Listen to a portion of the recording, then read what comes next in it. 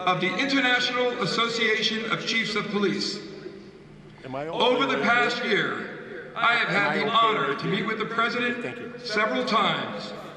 During these meetings, I have witnessed a President who has demonstrated commitment and meaningful work with criminal justice reform that will make both law enforcement and our communities stronger and safer. IACP was fortunate enough to work closely with the President and his staff during the development of the First Step Act, a process that involved not only the IACP, but also prosecutors, community members, civic leaders, and religious organizations. All input was heard, discussed, and thoughtfully deliberated, and this effort led to the historic bipartisan passage of the First Step Act. I want to thank the President for his support of law enforcement and his continued commitment to strengthening our criminal justice system. It is now my distinct honor to introduce the strongest supporter of law enforcement that this profession has ever seen, the President of the United States, Donald J. Trump.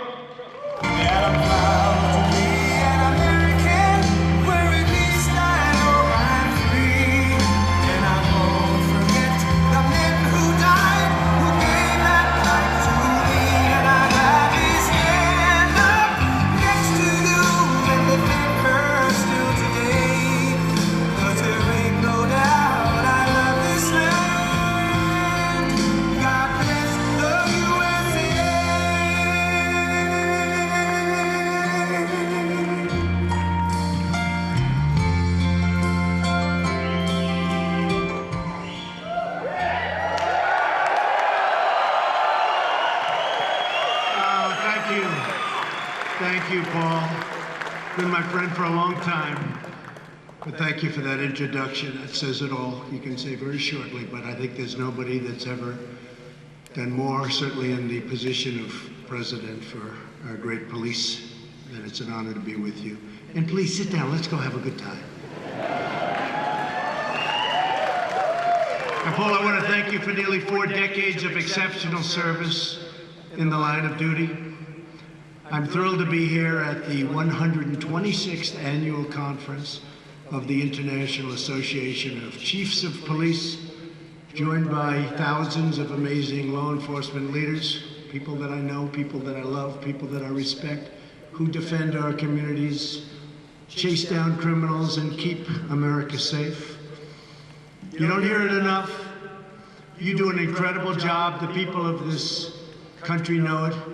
And the people of this country love you. You don't hear that from these people back here, but they love you. You don't hear it from the fake news. The fake news doesn't like talking about that, but they love you. Every day of my presidency, I will be your greatest and most loyal champion. I have been, and I will continue to be. It was a tremendous weekend.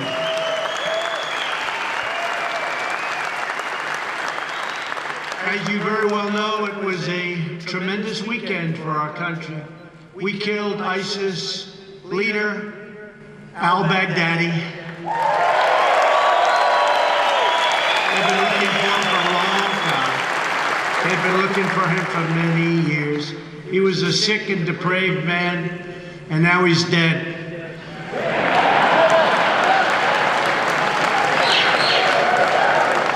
He's dead. He's dead as a doornail. And he didn't die bravely either, I will tell you that. He should have been killed years ago. Another president should have gotten him. But to me, it was a very important, I would say all the time, they'd walk into my office, sir, we killed this leader at a low level, this leader. I said, I never heard of him. I want al-Baghdadi. That's the only one I know now. I want al-Baghdadi. Get him. And they got him.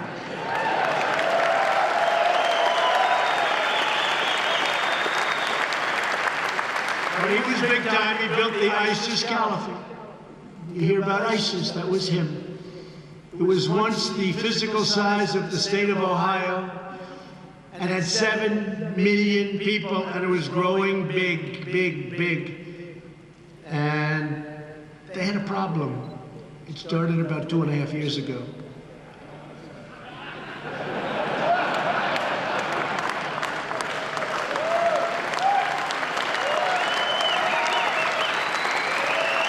And during my administration, we all together destroyed the caliphate 100%. Remember, we got it down to 97%. And I said, all right, let's go home. And then those people started saying 100%. You know, before me, they didn't care. But now they say, what about 100%? And we met some great generals. I learned a lot about generals. I met some good ones, and I saw some bad ones. Some that didn't have what it takes, and others that had more than anyone would have thought. And it was supposed to take a year, maybe even 2 years. And I said to one of them, how long will it take? Think we can do it in 1 week, sir? He was a little more like you. But we have now tens of thousands of ISIS prisoners under tight supervision. And now we want the countries in the region to police their own borders. We don't want to be a policeman in this case of 2 countries that haven't gotten along for centuries. But we're keeping the oil. Remember that. I've always said that. Keep the oil. We want to keep the oil. $45 million a month. Keep the oil. We secured the oil. This morning, we are delighted to be joined by a lifelong friend of our brave police. Incredible guy, tough guy, and somebody with a tremendous heart also. But he is strong. He can take it. Attorney General William Barr. Where is William?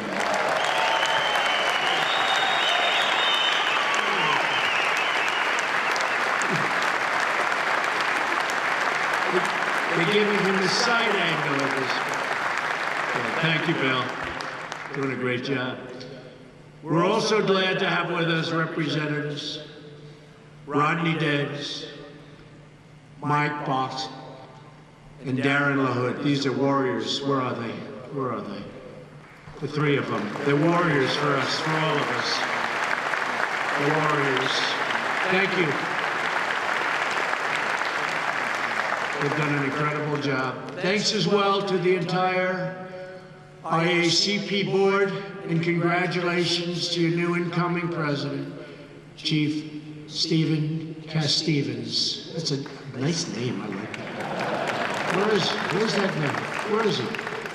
He should be sitting right up front here someplace. I mean, okay, I'm going over here. Stand up, Stephen. Okay, Stephen, there you go. I went all the way around the room to find you.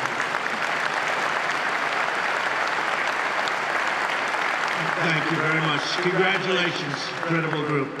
And I hear you're an incredible leader. Thank you very much. And thank you also to the international law enforcement partners who join us together. Our nations ensure the rule of law prevails in the entire civilized world. We work together.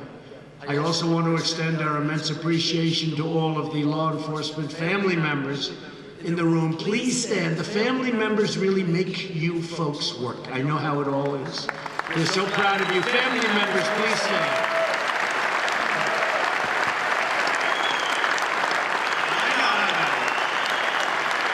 I know how. Without those family members, you wouldn't be doing so good. I know that. But there is one person that's not here today. We're in Chicago. They said, where is he? I want to talk to him.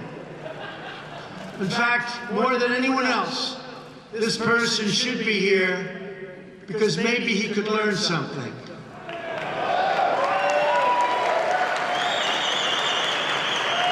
And that's the Superintendent of Chicago Police, Eddie Johnson. A few days ago, Johnson said, quote, the values of the people of Chicago are more important than anything President Trump would have to say. I don't think so. because that's a very insulting statement after all I've done for the police, and I've done more than any other president's ever done for the police.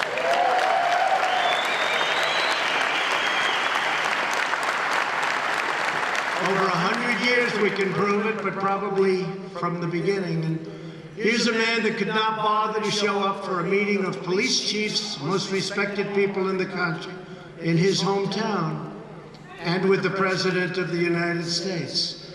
And you know why? It's because he's not doing his job. Last year, 565 people were murdered in Chicago. Since Eddie Johnson has been police chief, more than 1,500 people have been murdered in Chicago, and 13,067 people have been shot. During the first weekend of August 2019, 7 people were murdered and 52 were wounded in 32 shootings in Chicago. And recently they had 78 shootings over a weekend spree and 3 people killed. And Chicago has the toughest gun laws in the United States. That doesn't seem to be working too well, does it? And a lot of you people know exactly what I mean. But under Johnson's leadership, they certainly don't protect people. Then you have the case of this wise guy, Jesse Smollett, who beat up himself.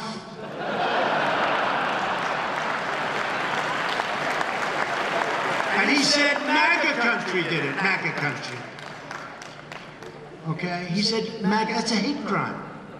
That's a hate crime. And it's a scam. It's a real big scam, just like the impeachment of your president is a scam.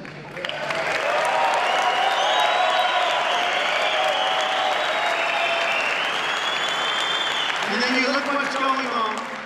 Smollett is still trying to get away with it. He would have been better off if he paid his $100,000 bill. Chicago is, unfortunately, the worst sanctuary city in America. Chicago protects criminals at a level few could even imagine.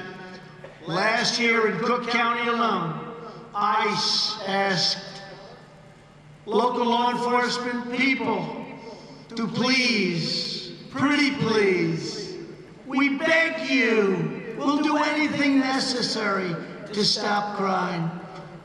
We want to stop crime. Please detain 1,162 people, please.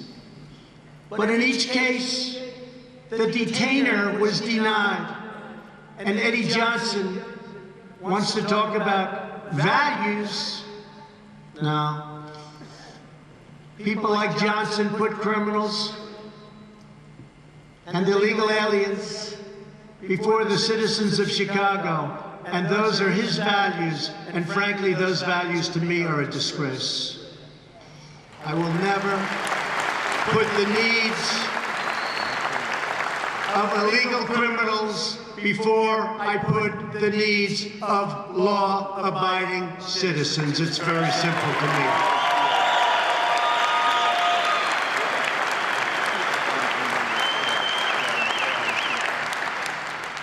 So when Eddie Johnson and many other people from lots of other regions and areas support sanctuary cities, it's really, in my opinion, a betrayal of their oath to the Shield and a violation of his duty to serve and to protect the courageous police officers of Chicago. And I know some of them, and they're the most incredible people. They could solve this problem quickly.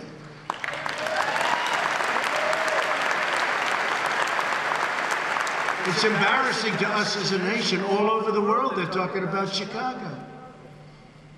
Afghanistan is a safe place by comparison. It's true. Police officers of Chicago are entitled to a police superintendent who has their backs and knows what he's doing. You're entitled to a police superintendent who sides with you, with the people of Chicago. The people want this. And with the families of Chicago, not the criminals and the gang members that are here illegally, and not the stupid politicians that have no idea what the hell they're doing.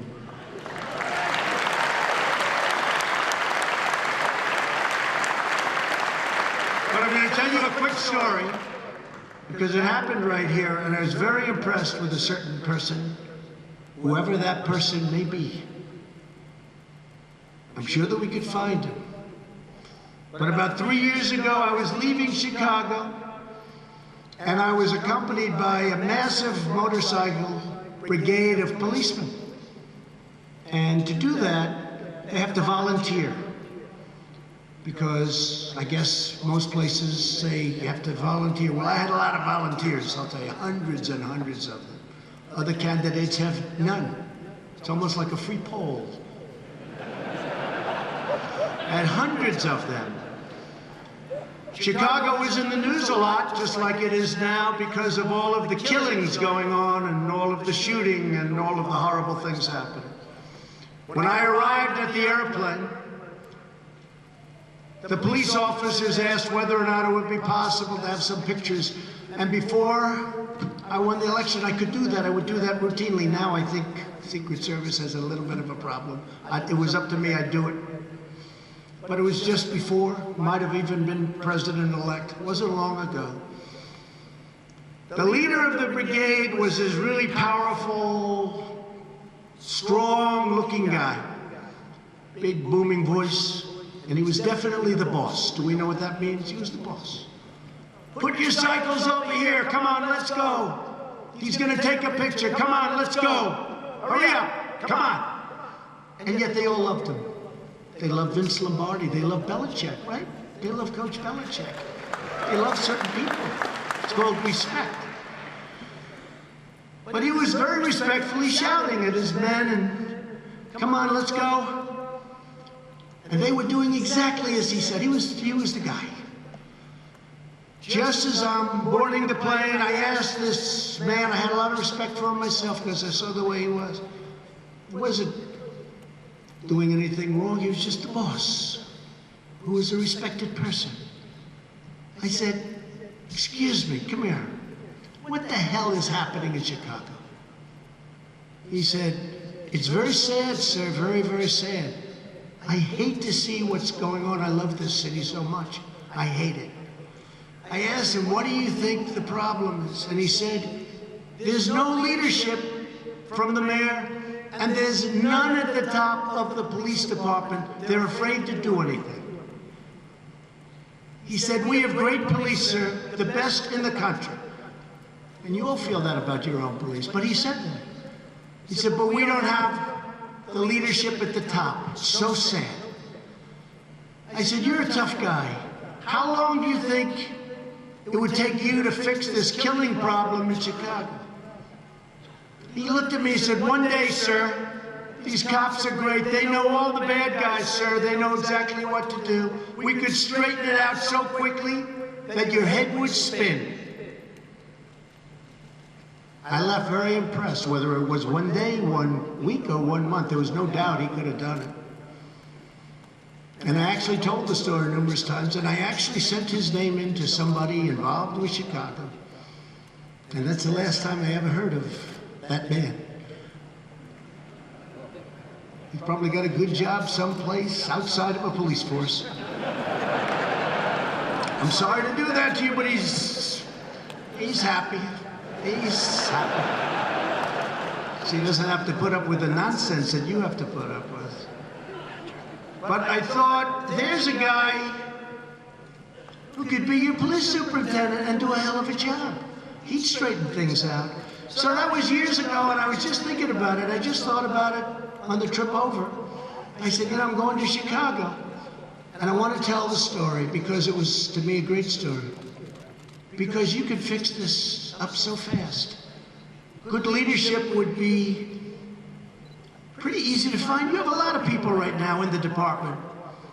You know, I love when they go to other parts of the country and hire people, and they don't know the name of the most basic street. They go all over the country. They hire somebody. Comes in, oh, good, where's our headquarters? What does that mean? Where's it located? Just incredible people in the police department, Chicago. I know some of them, I met some of them. But remember, 565 people were murdered last year. And it's a shame. And I want Eddie Johnson to change his values and change them fast.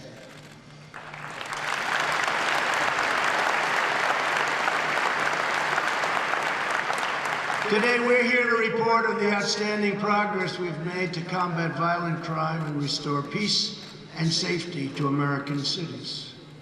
And most cities are setting records for good crime numbers. In the years before I took office, outrageous slanders on our police went unanswered and unchallenged from your leaders in Washington. You know that very well. Radical activists freely trafficked in vile and anti-police hostility, and criminals grew only more emboldened as a result. In the 2 years before my election, violent crime increased 8%, murders were up by more than 20% and going a lot higher nationwide. The steepest 2-year consecutive increase in over 50 years. But with your help, all of that is changing and changing very rapidly. Under this administration, we're once again standing up for law enforcement. We're condemning anti-police bias in all forms. And we're giving you the support, resources, and the respect, and we have tremendous respect for you, the respect that you deserve.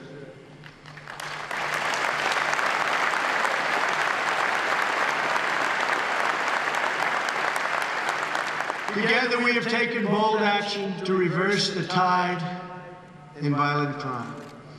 Over the last 2 years, the number of murders in America and America's major cities has dropped, unlike here, by more than 10%.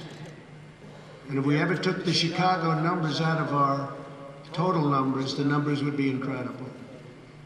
And they already are, even including Chicago. The nationwide violent crime rate has declined for 2 consecutive years. During the same time, the number of burglaries was reduced by over, think of this, 250,000. So 250,000 less burglaries, big number. Now it also helps that we have the strongest economy in the history of our country. That probably helps.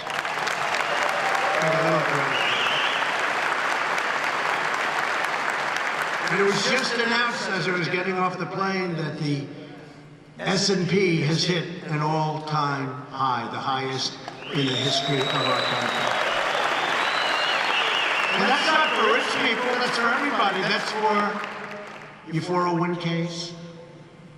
Think of that. And I have, again, a great love for the police. And in New York, I was there not so long ago. And this was before it went as high as it is now. And this policeman, I like to shake hands after an event. Not that I like to, I do it because I respect policemen. And they want to shake my hand. And fire marshals, people in different stadiums. But I was at an event in New York and came out, I was shaking hands, and this one policeman said, "Sir, I want to thank you. Why? My 401k is through the roof, and for the first time in my life, my wife thinks I'm a financial genius." It's true. So he was up now 72%. I said, "That's not bad." He said, "She always thought I was incompetent financially. But you have made me into a genius, sir." He hugged me. He actually wanted to kiss me. I said, "No, thank you, but you can." Not my deal, but that's okay. But he was great. And it gave me an idea. I mean, you know, this is about 401ks. Many of you have 401ks. Does anybody in this room have a 401k that's down? Raise your hand, please. Oh. Does anybody have a 401k that's up? Everybody. I don't know what you would have had to do to get one that's down. You would have had to really be very bad. But no, they're up 70%, 80%. Last year, my administration charged the largest number of firearm defendants ever recorded in the history of our country. Bill Barr's doing a fantastic job. We have increased federal fire. That's right. Go ahead, let them hear it.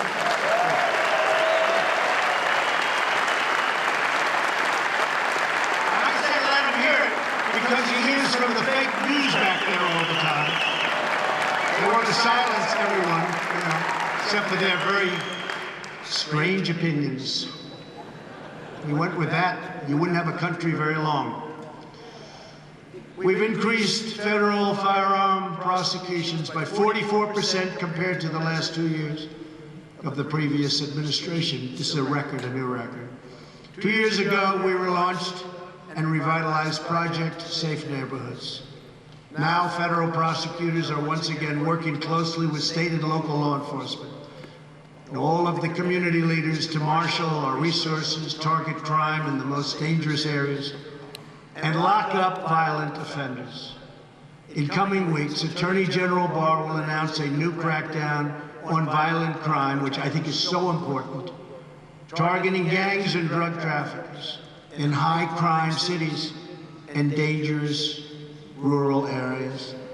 Let's call it the surge. We can come up with lots of names, but we're going to be doing something that's very dramatic, headed up by our great Attorney General, and you're going to see tremendous results very quickly. The best way to reduce gun violence is to put criminals with firearms behind bars.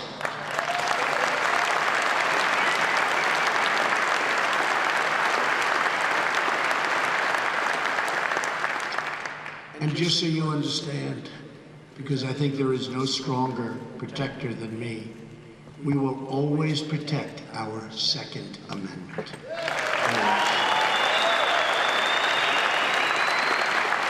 My administration has also curtailed the harmful and intrusive use of federal consent decrees, which wrongly give meddlesome officials in Washington, D.C.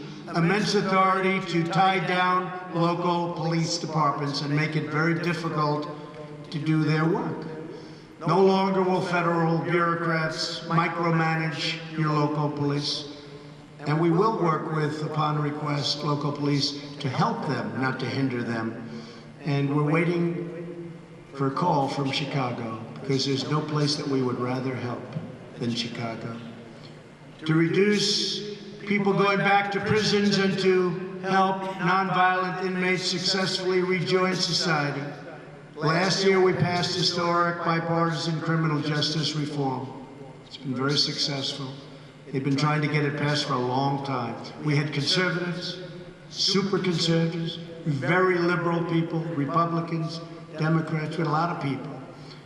And I'm especially grateful to the help of Chief Sell of the IACP, fantastic man, as well as Pat Yos and Jim Pasco of the Fraternal Order of Police in achieving this landmark breakthrough. As you know, in recent years, our country has seen a dangerous trend of criminals assaulting police. We don't like that. Last month, Chicago police officer Adam Wasley was serving an arrest warrant for a man suspected of shooting a woman when the suspect opened fire and shot Adam multiple times. He was very, very badly hurt. Adam's fellow officers chased down the gunman while Adam stemmed the bleeding from his wound, almost died. After a month in the hospital and multiple surgeries after that, Adam recently came home to his wife, Annie, and to his 2 young children. So badly hurt. We're profoundly grateful that Adam is with us today. Officer Wasley. Officer Wasley, we commend your tremendous bravery. Thank you.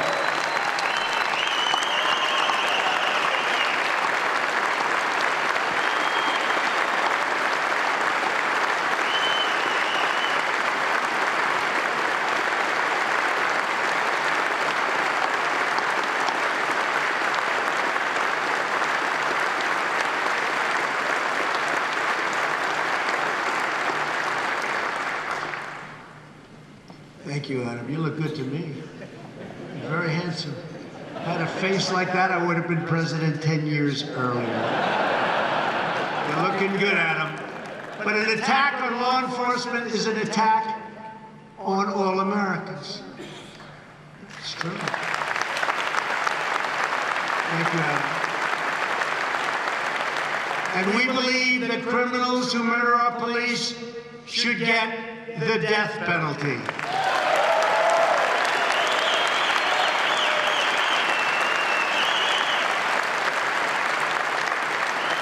To help keep you safe, I've made $600 million worth of surplus military equipment available to local law enforcement. If you remember, the previous administration didn't want to do that. Nobody knew why. Sitting in warehouses, getting older and dustier. And we pay a lot of rent to a lot of landlords all over the country. So someday I said, you'll explain. Actually, I do know why. Because they didn't want to make you look so tough. They didn't want to make you look like you're a threat. They said, that's okay. We want to protect our police. And we made it available. And we provided nearly $29 million to train more than 80,000 police officers.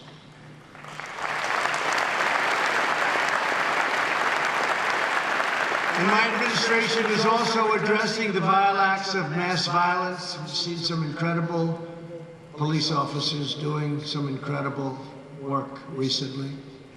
A few weeks ago, Attorney General Barr sent a letter to all law enforcement agencies announcing that he will lead an effort across the government to use the most proven methods of fighting terrorism and violent crime to identify, assess, and engage potential mass shooters before those shooters strike.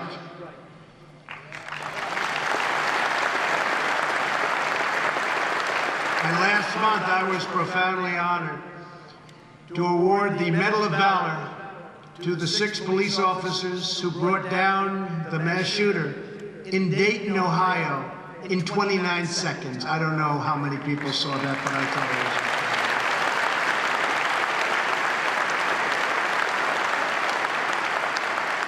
And he did a lot of destruction, but it would have been the worst in history. 29, I'll never forget the scene.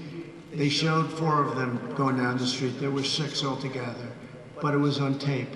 And those guns, and this is boom, boom, boom, and they were out there perfect, everything, boom. There was no fear. There was no anything. It was, they reacted. And it's hard to figure, you know, a lot of times you'll see something, it's a surreal experience by the time they get it together. They were shooting so fast, 29 seconds, he was dead. And he was going in for a lot of shooting, a lot of killing. They were incredible. So they came to the White House and they got the Medal of Valor. It's a great honor. They were fantastic. Dayton, Ohio. And today we're grateful to be joined by Dayton Police Chief Richard Beal and Assistant Chief Matt Carper. And we commend your department's sterling professionalism. And that's a great state you're in, Ohio. We love Ohio.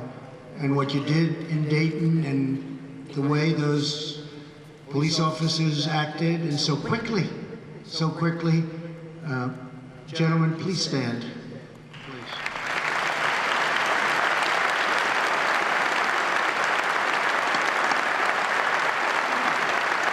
Come up here, come up. Come on up here.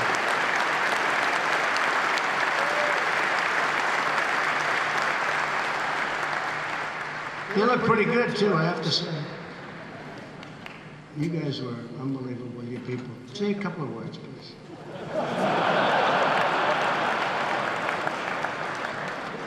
Well, thank you, Mr. President, and also to Attorney General Barr for the recognition of our police officers.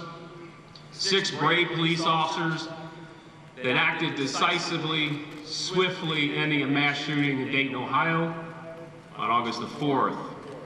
They represent the highest of ideals and performance of our profession. We are deeply proud of them. I have with me Lieutenant Colonel Matt Carper.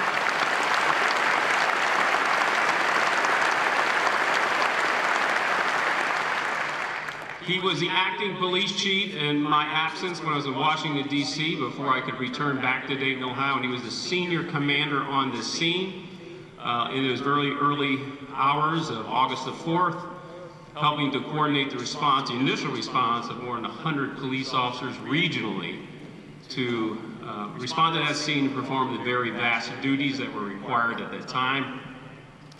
I am deeply grateful to him and his leadership. The Dayton community is grateful for his leadership and for all of those dedicated law enforcement personnel that responded at early morning hours to do the very duty that they're required to do and do in such a professional manner. So my gratitude to Matt Carper for all his leadership.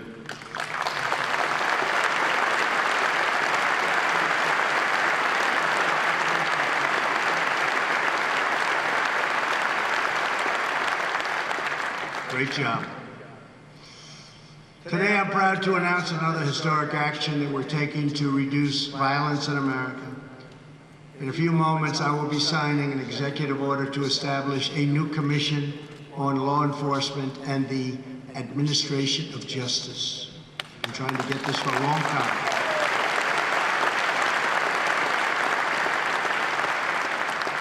This commission will be tasked with providing concrete recommendations to address some of the systemic challenges that burden law enforcement, including homelessness and mental illness.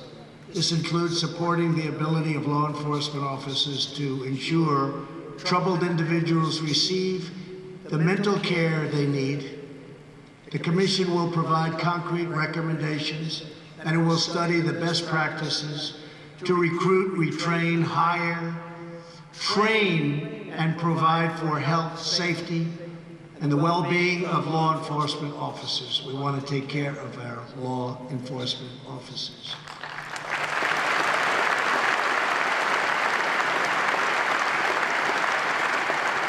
After the commission issues its recommendations next year, and they'll have them soon, because most of them know many of the answers before they begin. You understand that? We will begin implementing its best ideas immediately. It will take place immediately. Since I took office, we have harnessed the entire federal government to combat the drug addiction epidemic. And last year, drug overdose deaths fell for the first time in nearly 31 years. Great.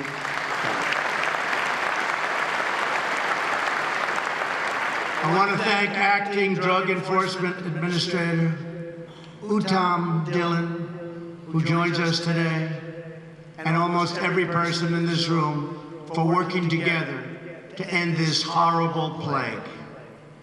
This is a plague not only of this nation, this is all over the world.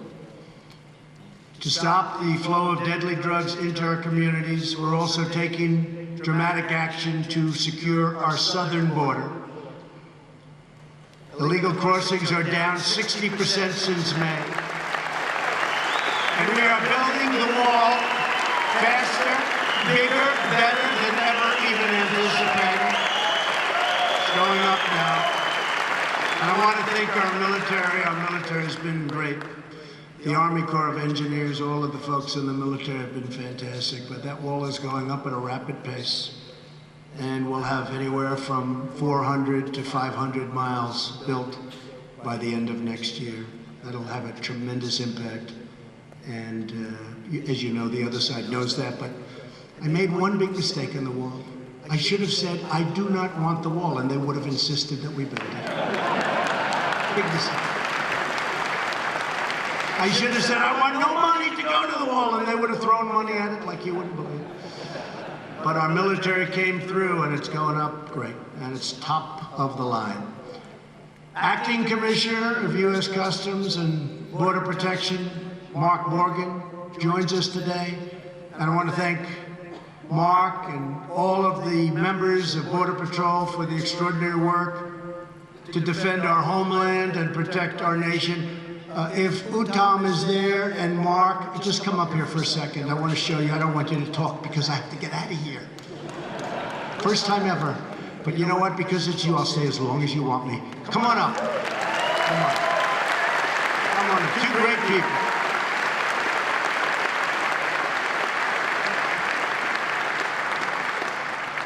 I think we should have them say a couple of words. Come on.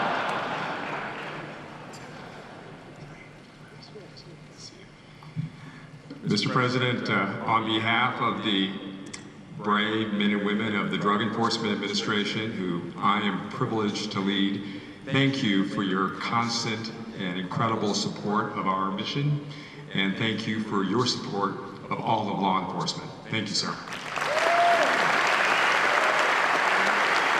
And soon, Uttam will not be acting, by the way. He's done a great job.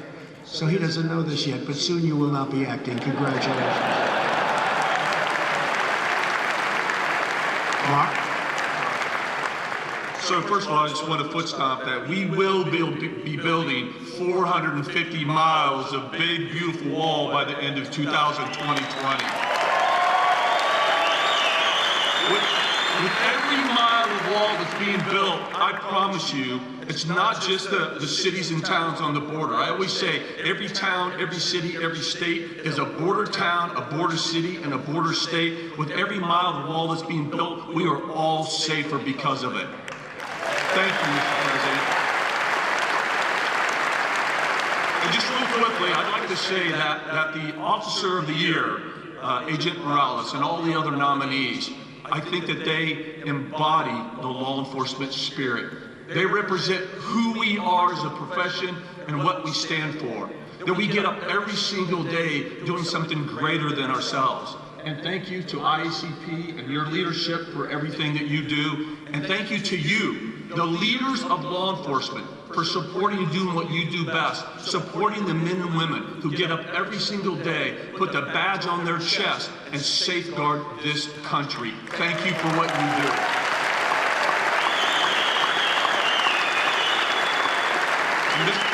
Mr. President, thank you, Mr. President, for your support. I know this man personally, and when he says he loves us, it's sincere, it's heartfelt, and he means it. Thank you, Mr. President. Because of our president's support as a law enforcement profession, we are stronger for it. Thank you. Thank you both. Two great people. Thank you both. To all of the law enforcement partners across the Western Hemisphere, thank you for helping shut down the smugglers, traffickers, and coyotes. Who would have ever thought in this modern age, human traffickers, you think of it as an ancient crime. It's more prevalent today because of the internet. You understand that well. Than ever before all over the world. As my administration works tirelessly to protect our borders, we face an onslaught from far-left activists who want to erase America's borders and nullify our federal laws. We can't let that happen. This includes activist judges who have issued nationwide injunctions prohibiting us from enforcing the immigration laws enacted even by Congress. Just as one example, federal law authorities expedited removal for illegal aliens apprehended within 2 years of entry. But a district judge, local area, issued a ruling saying the law could only be applied to illegal aliens caught within 14 days. That's a tiny fraction of the time frame allowed by the statute. And the number of people coming in is cut to a level that's becomes almost insignificant. And we'll win as we go up. How long will that take? A year? 2 years? These nationwide injunctions undermine our entire immigration system and other systems. It's not the job of judges to impose their own political views. Their job is to apply the letter of the law as per our great Constitution.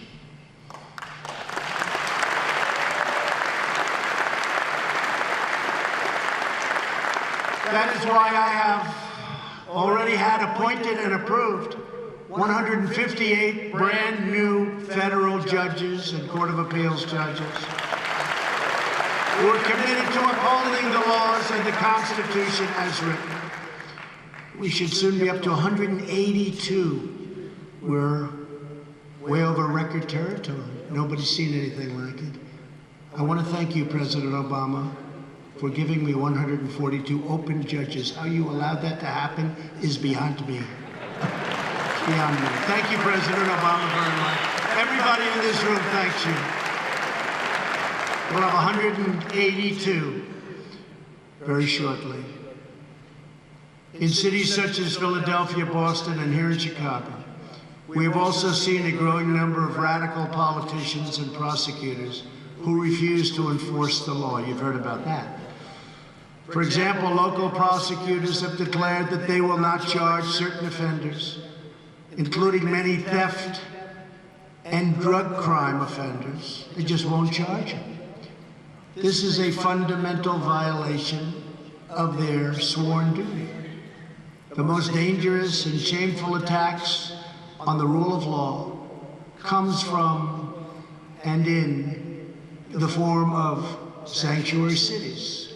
Sanctuary cities order jails and prisons to release criminal aliens, people that have committed the worst crimes, directly back onto city streets, instead of safely turning them over to federal immigration authorities and ICE so they can be incarcerated or tried, or what I like to do best is get them the hell out of our country and bring them home. Let them take care of them.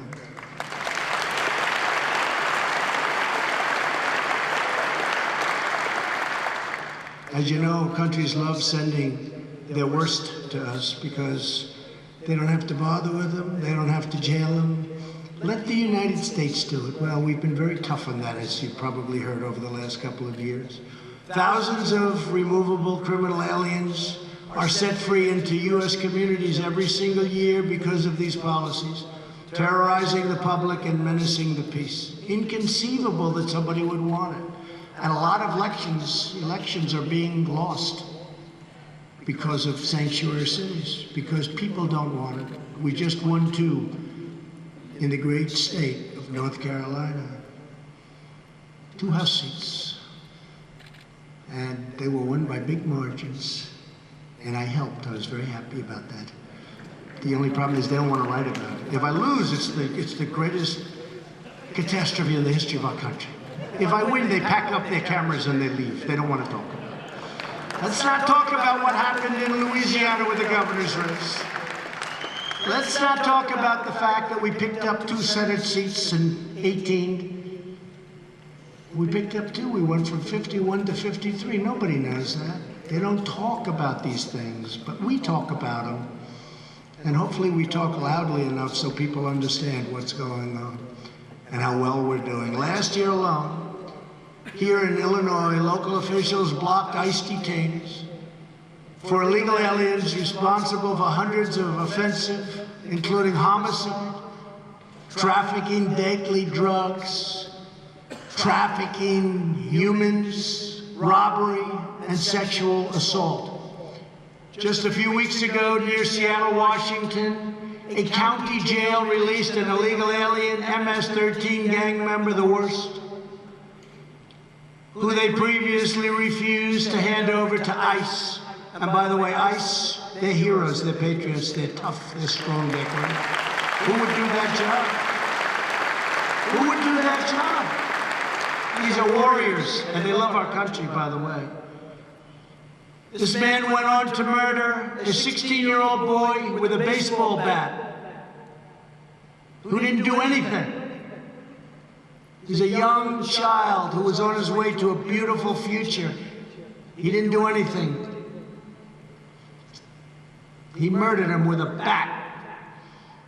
Last year, on the day after Christmas, America grieved when California police officer Ron L. Singh was murdered by a criminal alien, a known gang member, a tough guy with 2 prior arrests for bad things, who was released due to sanctuary city laws. Not one more American life should be stolen from us because a politician puts criminal aliens before American citizens.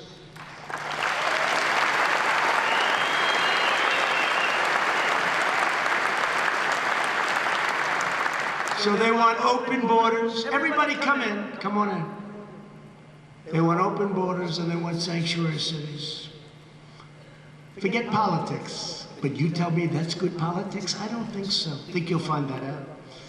Here today is someone who can tell you more about the threat posed by sanctuary cities, a career ICE officer, and the current ICE director, a fantastic guy, Matt Albans. Matt, please come up.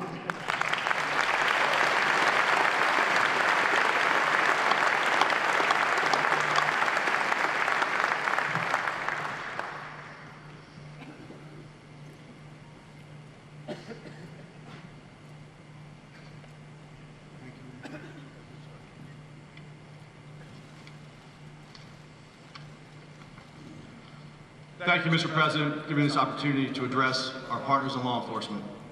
I would note the remarks I'm about to make are the same I would have made 2 years ago, 4 years ago, and 6 years ago. Our country and every community within it is safer when law enforcement at all levels cooperates. There is significant human cost to sanctuary laws and policies, which ban local law enforcement agencies from working with ICE, to include even the simple sharing of information about criminals in their custody. Laws and politics like these make us less safe. It's plain and simple. It's past time to put aside the political rhetoric and listen to the facts. And the fact is, people are being hurt and victimized every day because of jurisdictions that refuse to cooperate with ICE. As law enforcement professionals, it is frustrating to see senseless acts of violence and other criminal activity happen in our communities. Knowing that ICE could have prevented them with just a little cooperation, and the type of cooperation we seek is simple. We don't ask any law enforcement agency to enforce federal immigration law. We merely ask law enforcement agencies to honor ICE detainers, which until recently, most agencies did for over half a century. Hold that person for a brief period of time, notify us when they're getting ready to release, and turn them over to us in the safe confines of your detention facility. Our detainers are issued based on probable cause, the exact same standard that every law enforcement agency in the U.S. here operates under. And the fact is that 70% of the civil arrests that ICE makes are at local jails and state prisons across the country. But we used to make more before sanctuary laws or policies prevented us from doing so, leaving us with no choice but to expend significant additional resources to locate and arrest criminal aliens and other immigration violators in the community. It's less effective, it's more disruptive, and it makes us less safe. There will be criminals we don't find, and often when we do, it's after they've been arrested for another subsequent criminal violation. These are preventable crimes, and even more importantly, preventable victims. How many billions of dollars has law enforcement spent on crime protection and crime prevention? You want to prevent crime? Help us get the criminals out of your communities.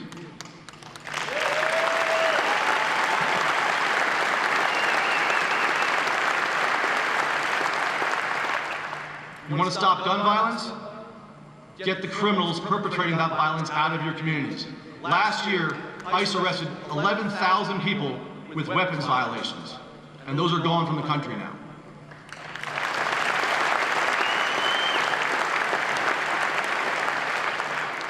Last year, we made more than 105,000 criminal alien arrests and removed more than 145,000 criminal aliens, to include nearly 6,000 gang members.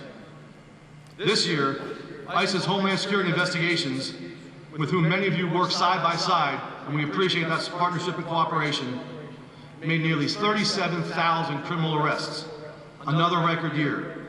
They seized more than 11,000 pounds of opioids, seized more than $624 million in illegal proceeds of crime, and rescued over 1,400 victims of human trafficking and exploitation.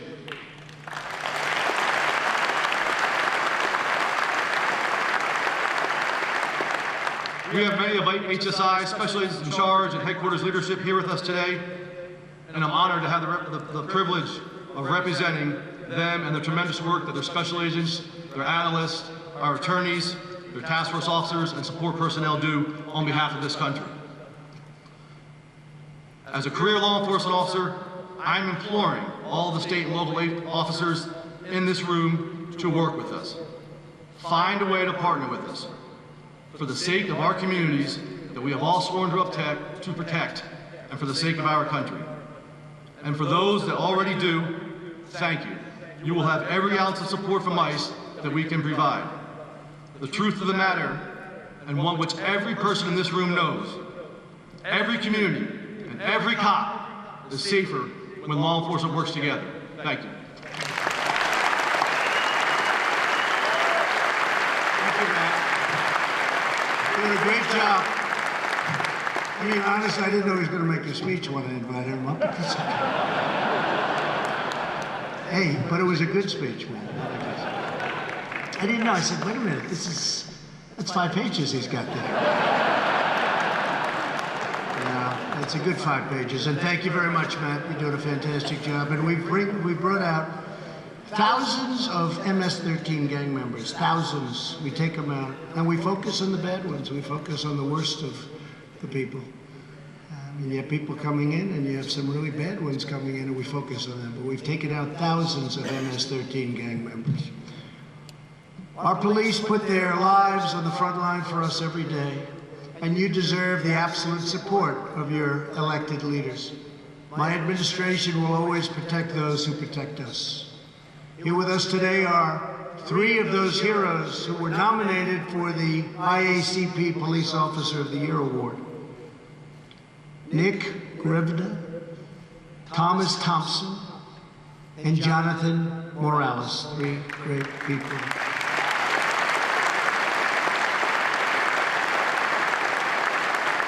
When Minnesota, I just left Minnesota, what a great place. When Minnesota officer Nick Grivda responded to an active hostage situation, he found the killer holding a knife to the victim and putting himself in grave danger for very specific reasons.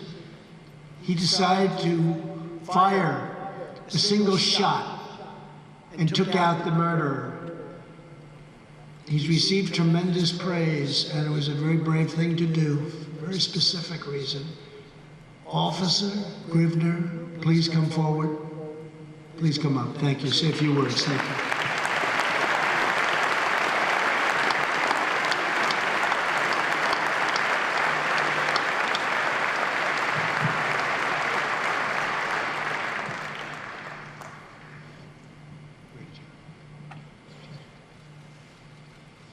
Thank you, Mr. President, and thank everyone here. I'm actually speechless. I really don't know what to say. This whole thing is just so surreal to me right now, standing up here before you. I want to thank the IACP for having me won the 4 nominations, and then I definitely need to thank my chief, Nicole Madsen of the Virginia Police Department, for putting me in for this nomination, and the support my entire department gave me. But the people I want to thank the most are the people of Virginia. My community rallied behind me days after the shooting happened. They took the social media by storm, they stopped in at the PD, they called me, and showed their love and support for our police department.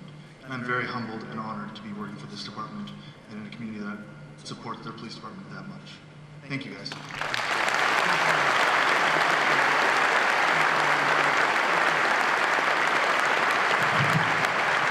Thank you. Great job. Texas police officer Thomas Thompson responded to a report of a robbery. When he entered the building, a suspect began to fire violently, but Officer Thompson fired back, and they arrested the criminal who had quite a record, quite a bad record. Officer Thompson, thank you for your courage. Please come forward to the podium. Thank you.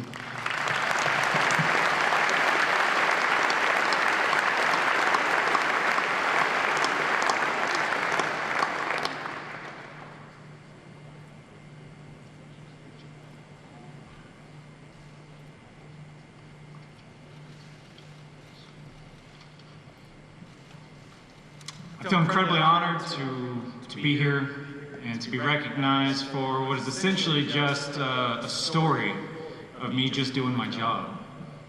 The President's right, there's literally hundreds of thousands of law enforcement men and women in this country who are ready and willing to win the moment when the time comes. I feel very honored to be here because I want a moment. Mr. President, thank you for your support of law enforcement, and especially in this day and age. That's no small thing.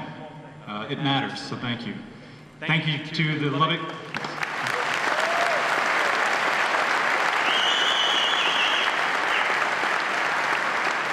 I want to say thank you to the City of Lubbock, to the Lubbock Police Department for supporting me through a very difficult time. Finally, and most personally for me, I want to say thank you to my wife.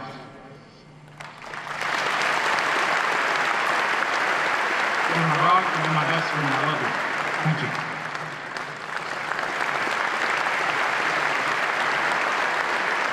Thank you very much, Greg.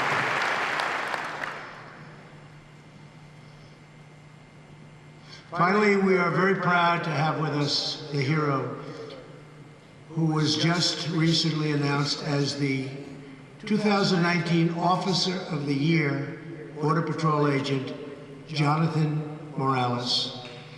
In May, I met Border Patrol Agent Jonathan Morales when he came to the White House for the National Day of Prayer. Just days before, Agent Morales was off duty attending a service for Passover when a gunman opened fire at a synagogue in Poway, California. You all read about it. It was terrible.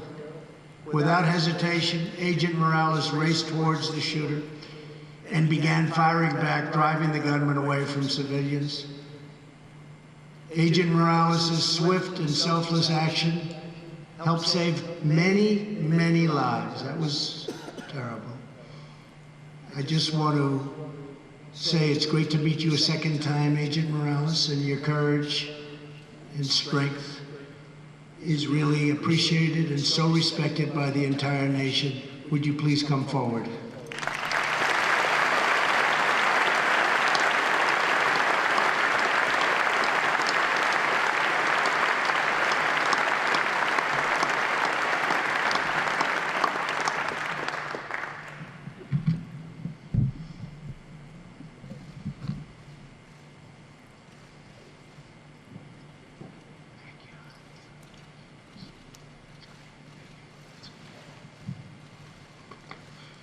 Good morning, everybody. Thank you, Mr. President, also for being here with us. You're our biggest supporter in Border Patrol, and we all know in this day we need all the support and help we can, so our agency really appreciates what you do. Thank you also, Commissioner Morgan, my Chief, Ms. Chavez, El Centro Sector, represent us also, and you guys are responsible for giving us the training and tools that we need each day to complete our mission out there of immigration enforcement. And most of these times, these legal criminals, we are the ones they first see when they enter our country. When I have the green uniform on, this is who they will encounter. Just a little recap of that tragic day. We're sitting in our Chabad house of prayer. We were attacked. But at that moment, I made a split-second decision. I was off duty, I was on annual leave, enjoying my time off, but I wasn't off duty as an officer, as an agent, sworn to protect my community, protect my people. And I immediately went into action, and I did what I could to save as many people possible, and this terrorist who attacked us ran away like a coward, didn't even bother to challenge me or engage me and return fire.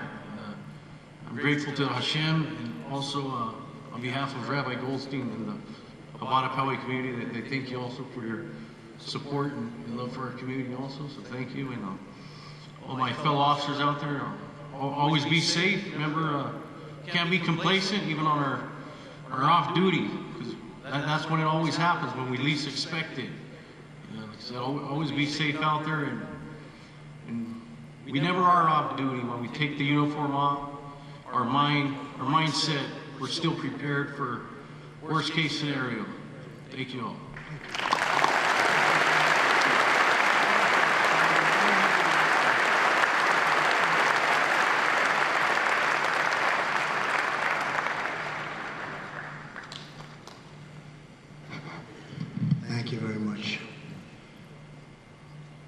He's in much better shape right now than he was the last time. And in a very short period of time, he's going to be perfecto. Thank you very much. Great bravery. That was a big, big deal. Each one of these heroes represent the selfless service of more than 685,000 law enforcement officers all across our country. Every day, Americans get up and go to work. Our children go safely to school, and our families sleep soundly at night because the people in this room stand guard. You risk your lives, and you save countless others. And I've always heard you risk your lives for, in many cases, people you don't know, people you've never met. It's an incredible thing. And I have to say, in concluding, you have no idea how much the people of this country love you and respect you.